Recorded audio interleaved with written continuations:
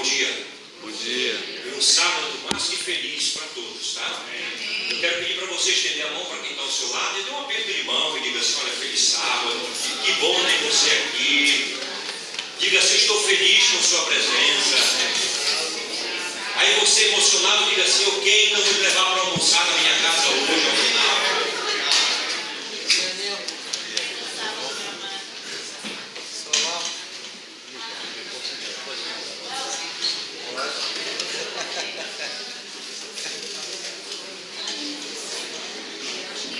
Quero fazer 3 coisas inicialmente. A primeira delas é agradecer os marcos que passaram aqui. Eu estava dizendo que eu estou na trilogia. Estava conversando, estou na trilogia. Então o meu desejo humano é trazer a vocês a continuidade da mensagem dos marcos. A minha expectativa divina é trazer uma mensagem dos céus para vocês nesta manhã. A outra coisa que eu quero fazer é contar uma história de galo. Cadê o Carlos, o pastor Carlos? Quero contar uma história de galo. Esse mesmo homem que levava os galos para a rinha, um dia ele foi para uma outra rinha onde os galos não eram dele. E ele, chegando naquele local, ele perguntou para as pessoas que assistiam à rinha todas as vezes: qual é o bom? Me diz qual é o galo bom. E um homem imediatamente pulou à frente e disse: olha, o bom é aquele lá. E ele pegou todo o dinheiro dele e investiu no galo bom. Ao começar a rinha, o galo bom começou a apanhar, e muito. Ele ficou com dó do galo bom, porque havia um outro galo que ganhou a luta. E ele então chegou para aquele homem e disse: mas você me enganou?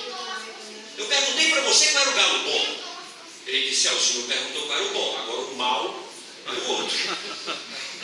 O mal era o outro, o malvado era o outro. O bonzinho fez que apanhou. O senhor perguntou qual era o bom e eu disse. A vida cristã é feita de momentos bons, mas é feito também de momentos que não são bons. E a lição desta semana abordou isso com uma peculiaridade característica da lição. Eu particularmente gosto de falar das coisas boas da vida cristã. Eu entendo que chegando o sábado, o nosso coração anela, deseja ouvir coisas boas. Estamos vindo de uma semana que nos desafiou das mais variadas formas. Para alguns, a semana não foi fácil. Para outros, ela esqueceu de ser fácil. E para outros, ela foi bem difícil. Então a gente chega no sábado com o coração dizendo assim: Senhor, me põe no colo. Senhor, me acolhe. Senhor, me ajuda nos desafios da vida. Senhor, não tem sido fácil, mas eu quero permanecer firme. Eu quero chegar até o fim. Por isso quero convidá-los a abrirem nossas Bíblias. O Evangelho de Mateus.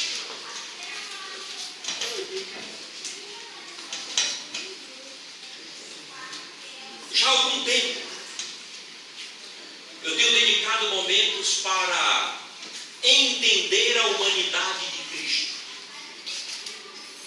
O que é que Cristo tinha de humano e o que é que nós temos de divino? Aonde nós nos encontramos na divindade com Cristo e aonde Cristo se encontra na humanidade conosco. Entender como Cristo venceu os desafios da vida nos ajuda a ter um preparo para também vencer os desafios da vida. E comumente uma pergunta que é feita é: os desafios vencidos por Cristo, Ele os venceu humanamente ou Ele venceu divinamente?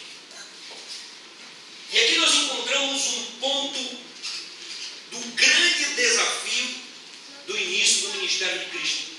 Capítulo 4 do livro de Mateus. Estamos ali no momento da tentação de Cristo.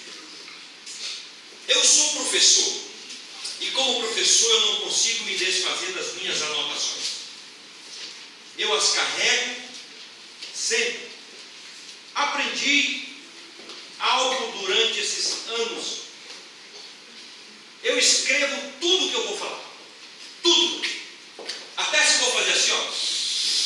Eu escrevo momento de respirar. Então outro dia alguém pegou, eu falei alguns poucos minutos, e alguém me disse assim, eu gostaria de ter isso que o senhor falou. E eu entreguei umas 8 folhas para a pessoa. E a pessoa disse, não, mas é só o que o senhor falou. Eu digo, pois é, mas tem também o que eu pensei e não falei. Por isso levo. E de então eu sempre carrego as minhas anotações. Mas interessante que o capítulo 4 do livro de Mateus, que fala da tentação de Jesus, nos traz algumas informações preciosas para a nossa vida. Diz assim o texto sagrado: a seguir, foi Jesus levado pelo Espírito ao deserto para ser tentado pelo diabo. E depois de jejuar 40 dias e 40 noites, teve o quê? Teve fome. Então o tentador, aproximando-se, lhe disse: se és filho de Deus, manda que estas pedras se transformem em pães. Jesus, porém, respondeu: está escrito, não só de pão viverá o homem, mas de toda a palavra que procede da boca de Deus. E lhe disse, verso 5, então o diabo levou a cidade santa, colocando-o sobre o pináculo do templo, e lhe disse: se és filho de Deus, atira-te abaixo, porque está escrito: aos seus anjos dará ordem a teu respeito, que te guardem. E eles farão o quê? Sustentarão nas suas mãos, para não tropeçares em alguma pedra. Respondeu-lhe Jesus: também está escrito: não tentarás o Senhor teu Deus. Levou ainda o diabo a um monte muito alto, mostrou-lhe todos os reinos do mundo e a glória deles, e lhe disse: tudo isto te darei se prostrado me adorares. Então Jesus lhe ordenou: retira-te, Satanás, porque está escrito: ao Senhor teu Deus adorarás, e só a Ele darás culto. Com isto o deixou o diabo. E o que foi que aconteceu? Eis que vieram anjos. Queridos, o surgimento do pecado é um mistério. Existe um hino que diz que pecado não se explica, pecado se faz. É uma letra fantástica, porque como vamos explicar? Não há explicação. Outra coisa importante: Satanás ser expulso do céu foi uma necessidade. Uma vez transgredido a vontade de Deus, não havia mais espaço no céu para Satanás.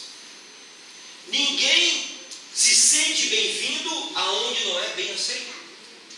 Ninguém se sente à vontade aonde não pode ser ele mesmo e ser autêntico da maneira que gostaria de ser. Então a expulsão de Satanás do céu foi uma necessidade. Algo importante também: Satanás ter vindo para a terra foi uma escolha. Entre os diversos mundos existentes, escolher o planeta Terra foi uma opção de Satanás. Algo importante também: a desobediência de Adão no mundo criado por Deus é outro ato estranho. É outro ato que, por mais que nós paremos e comecemos a analisar, a pensar, como é que Adão, com todas as condições favoráveis, vai desobedecer a Deus? E por fim, algo para nossa reflexão: Jesus, ao vir a esta terra, retoma o lugar de Adão. Lembre-se que no concílio celestial relatado em Jó, o representante que compareceu a esse concílio, como sendo o responsável pela terra, foi Lúcifer. Quem devia ter comparecido era Adão. E quando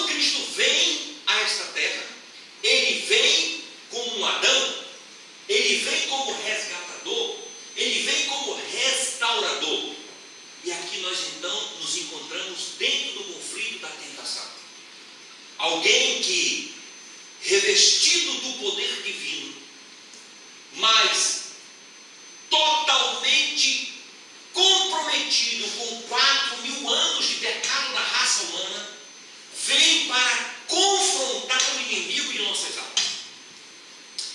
Olhemos então o texto.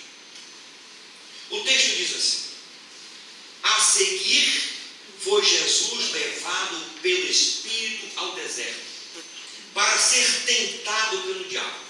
Quando nós lemos esse texto, a primeira impressão que nos passa é que a função de Cristo ter ido para o deserto, qual era?